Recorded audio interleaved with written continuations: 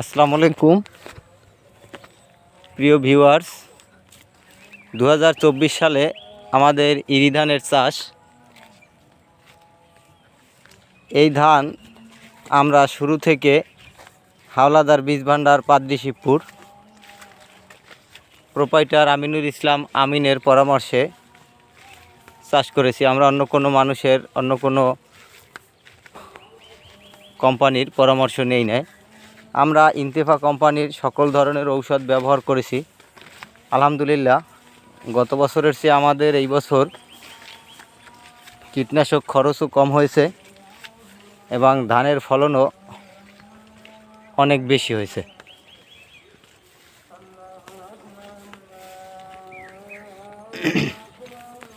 তো এই আমাদের ধানের অবস্থা।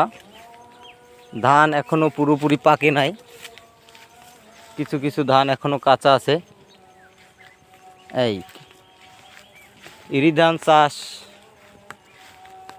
কৃষক মোহাম্মদ সোহাগ শিকদার, মোহাম্মদ নয়ন হাওলাদার, মোহাম্মদ শ্রী পলাশ দাস।